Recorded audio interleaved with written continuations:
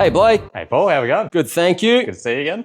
Indeed. So you've pulled the head out of the engine. Yep. You've had a look. You found some stuff. Yeah. Catch me up. So, yeah, it escalated a little bit. Obviously, we've had a little bit of a conversation around it, but this is where we've ended up.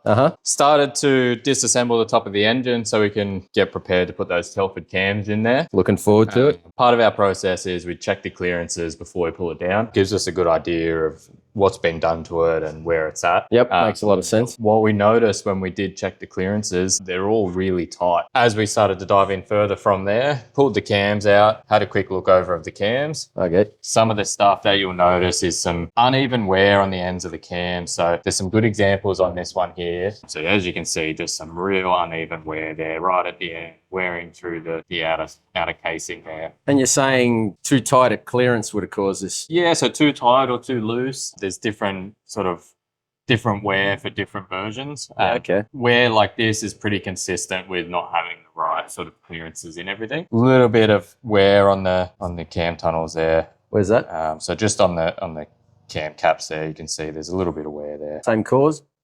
Can be from the same cause. Clearances, especially on the RBs, yeah, clearances, they do sort of walk around a little bit there. So Okay. luckily, they're getting changed anyway, so Telford cams will fill that gap. Then we moved on to the buckets and the head. This is where things get a little bit interesting. So one thing we noticed when we started to pull the buckets out was this head had actually been machined previously, obviously for the bigger cams, yeah. to make clearance. Yep. But what had actually happened was when they machined it here, they hadn't deburred the head correctly, which has actually caused the buckets to stick in the head. So they were actually catching as they move in and out, causing quite some issues with wear on the buckets and performance as well. Once we got the buckets out, we found some damage there as well. Okay, what do you got? So here's one here, big crack in the top of the bucket there. Jeez. Oh, wow. That can't be good. Not a good sign. And most of the buckets have pretty decent wear in them. So they'll all need to be changed out and sorted so we can get those Telford cams in, get all the clearances right. Yep. We'll send the head off, get that all machined and deburred correctly, Okay. get it all tested. So what sort of failure does damage like that on the buckets lead to? Many different things can happen. A spring can have a failure if it's not moving properly. The bucket itself could crack through and break. Catastrophic failure, really. Yeah, I mean, it's going to do significant damage to the cam and stuff like that. Lots of different failure points there that could end in pretty bad consequences. And if we started racing the car like this, it would have led to engine failure? Yeah, definitely over time, definitely would have sped up the wear of everything. That's the big thing. When clearances are quite right, it just significantly speeds up the wear on all the components. We were talking about the block as well. Should we go over and have a look there? Yeah, let's have a look. So, Blake, got the block here. Yep. You're telling me there's a little bit of damage on it. What did you find? So pulled the head off. We haven't gone much further than that at the moment, but what we can see is the bore condition. As you can see in the bore here, there's just nice big gouge running down there, like piston and all the rings has sort of picked up a bit of rubbish and dragged it down there. So quite a bit of damage there in that gouge there. How could that have happened? It's just junk that could go through the engine. So it could be many different factors, many different things could go through. Does that mean this block has to go from machining now? That's it, man. Yeah. Is this the same junk that caused the damage in the head? It potentially could be, yeah. There's a number of things it can be, none of them good. But that sort of damage has to be machined out to get the rings to seat properly and work properly. Anything else on the block of interest? So we've got some sort of uneven wear in the bore here. You can see this sort of shadowing, just some real uneven wear. Again, like having a really good bore is what's going to make the engine perform best. When you start getting imperfections like these, it really adds a lot of performance issues down the line. So like heavy crankcase pressure breathing. Yeah, we don't want that. Yeah. Well, we're going to lean on this engine once we get on the track, right? So yeah, definitely. everything's got to be mint. Yeah, and like when you start seeing signs like this, it's definitely like, okay, these are the things we need to sort out to really be able to lean on it and push things a little bit further. Yep. But we're going to strip this down further. We'll check all the bearings, check the crank, test everything, make sure everything's still good. Should we get the bonnet off, Blake? Yeah, let's have a look. Blake, there's no engine. Yeah, so we found the problem, and I reckon an RB26 would be worth a bit 2 weeks out from World Time Attack. Indeed.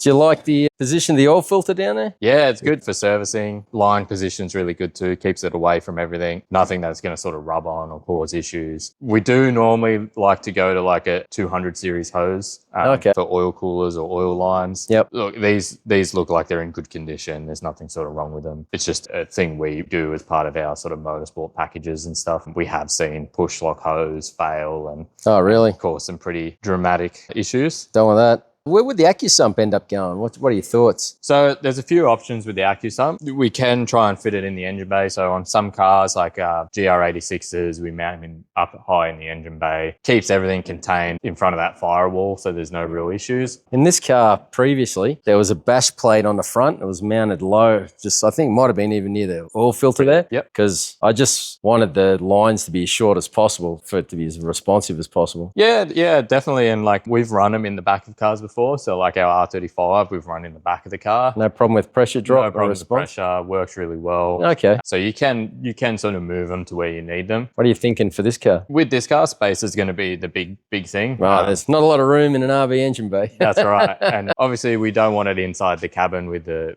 passengers or the driver. Nice. What we'd probably go for is in the boot somewhere nice and accessible so that you can pop the boot, switch it on and off. Real easy to get to. Serviceable if we need to service it. We'll have pressure sensors on there to keep a gauge, see that it's working just right. Yeah, definitely. Put all the sensors on there, make sure we can see everything that's going on, put in all the safeties in the Haltech. The oil cooler? Yep. Plenty big enough? More than big enough. That's a good one. You can never go too much, really. You can see where I'm paranoid, can't you? Yeah, The guys with the oil cooler and the power steering cooler. And look, understandable on speed. Well, I want to put 295s on this. And in my mind, a 295 semi, like a 295 AO50, is going to put a ton of load on the power steering pump. Yeah, like big amount of grip. It's going to load everything up more. And you're dealing with parts that are quite old now too. So they're going to work harder than the modern day equivalent. He's not old.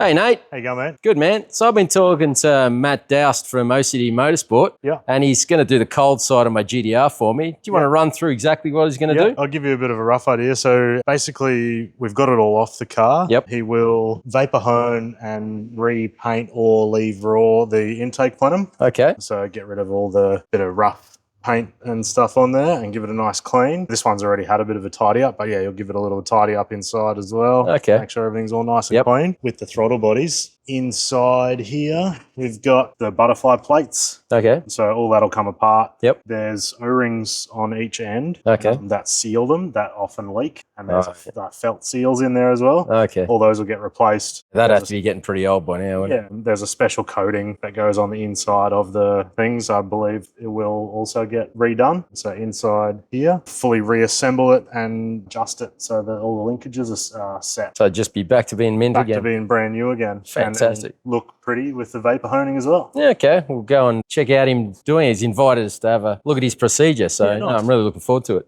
Cool. Thanks, Nate. No worries.